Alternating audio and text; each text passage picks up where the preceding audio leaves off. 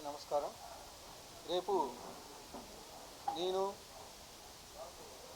అలాగే అనంతపురం పార్లమెంట్ అభ్యర్థి అయినటువంటి అంబికా లక్ష్మీనారాయణ గారు రేపు ఉదయం 9 గంటలకి ఇక్కడ నుండి అర్బన్ తెలుగుదేశం పార్టీ ఆఫీస్ నుంచి బయలుదేరి రామ్నగర్ ఫ్లైఓవర్ అలాగే ZP Saptagiri circle old town Suryanagar మీదుగా ఓల్డ్ టౌన్ కలెక్టర్ ఆఫీస్ వరకు ర్యాలీ పెట్టడం జరిగింది. ప్రతి ఒక్క కార్యకర్త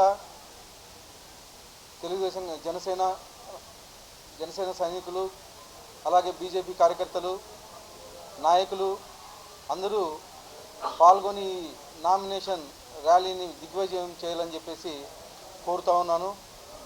అలాగే రేపు జరగబోయే నామినేషనే ర్యాలీనే నా విజయానికి మెట్ అవుతుందని చెప్పేసి తెలియజేసుకుంటున్నాను.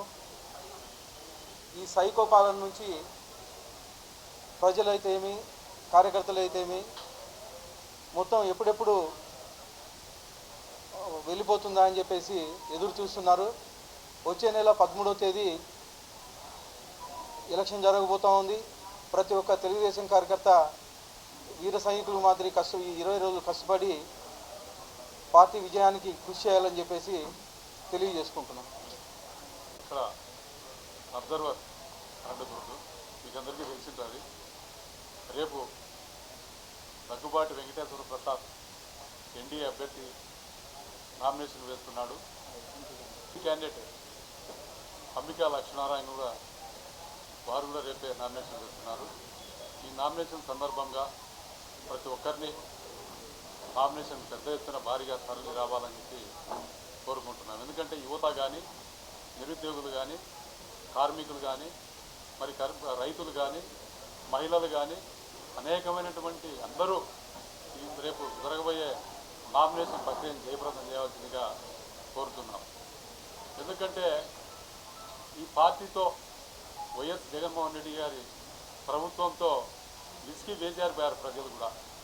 ఎందుకంటే ఈ గత 5 సంవత్సరాల నుంచి దాచుకోవడం తప్ప ప్రజలకు చేసింది ఏమీ లేదు, ఏమీ ఒరగబెట్టలే.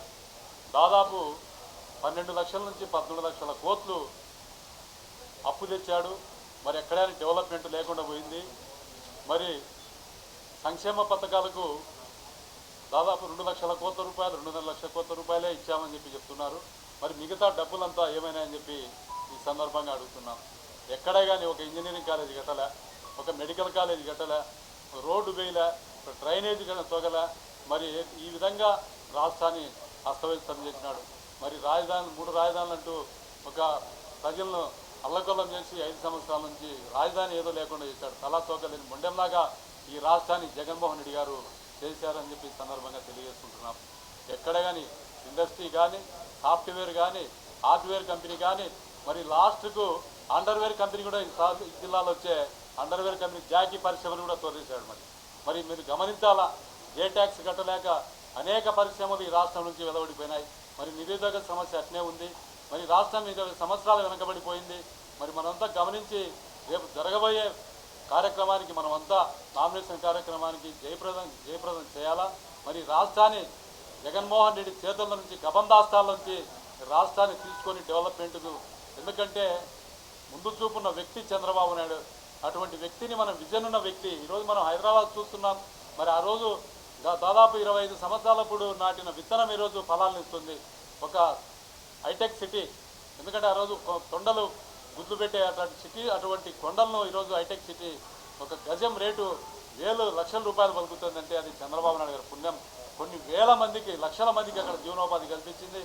మరి అటువంటి దార్శనికుడు, మరి ముందు చూపున్న వ్యక్తి చంద్రబాబు నాయుడు గారికి, చంద్రబాబు నాయుడు ప్రభుత్వాన్ని మళ్ళీ రైతులు కానీ మరి కార్మికులు కానీ కర్షకులు కానీ ప్రతి ఒక్కరూ కోరుకుంటున్నారు. మరి అటువంటి వ్యక్తిని మనం ఆదరించాల్సిన అవసరం ఎంతైంది.